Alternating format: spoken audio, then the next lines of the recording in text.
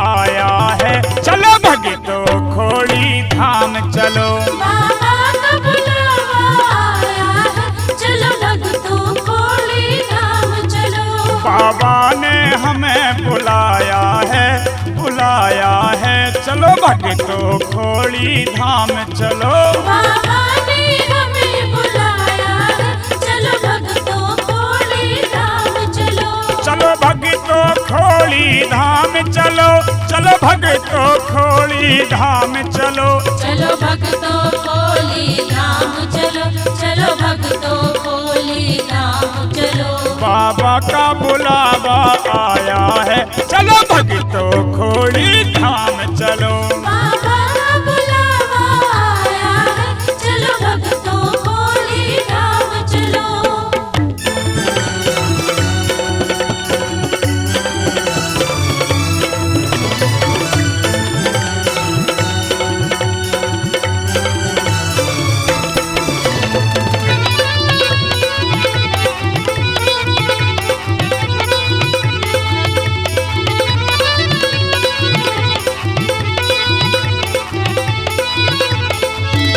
जो धावे बाबा की खोड़ी, भगतों की भर देता झोली। भक्तों की भर देता झोली, भक्तों की भर देता झोली। जो ध्यावे बाबा की खोड़ी, भगतों की भर देता झोली। वहाँ मिलती, वहाँ मिलती, वहाँ मिलती धन और माया है, हम आया है।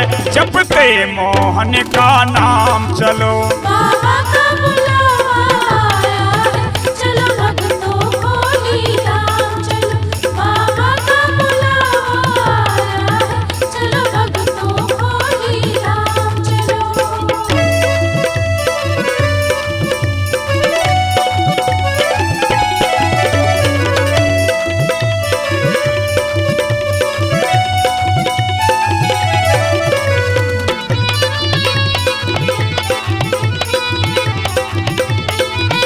जय हो।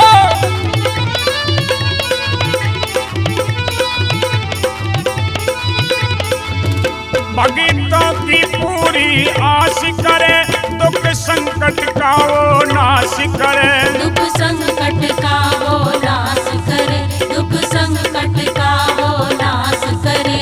भगतों की पूरी आस करे, दुख संकट का वो नाश करे। वहाँ होती, वहाँ होती, वहाँ होती निर्मल काया है, काया है। कट जाते रोग तमाम चलो, बाबा का बुलावा आया है, चलो भक्तों खोली धाम चलो। बाबा का बुलावा आया है, चलो भक्तों खोली धाम चलो।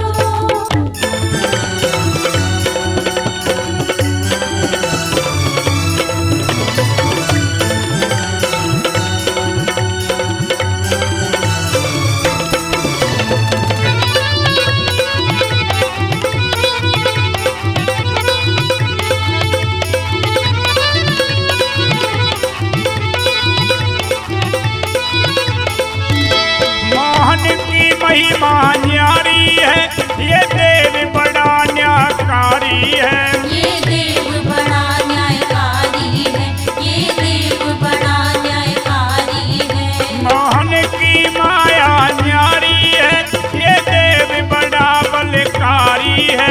ये लाखों ने, ये लाखों ने, ये लाखों ने अजमाया है, अजमाया है। बाबा कर देता सिद्ध काम चलो, बाबा का बुलावा आया है, चलो भक्तों खोली धाम चलो।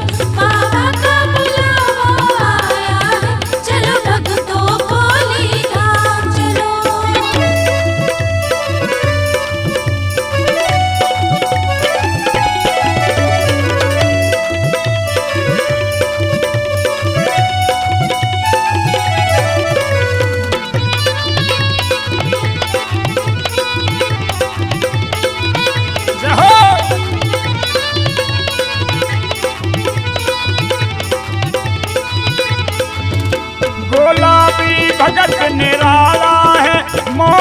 की रटता माला है, मोहन की रटता माला है, मोहन की रटता माला है। गुलाबी भगत निराला है, मोहन की रटता माला है।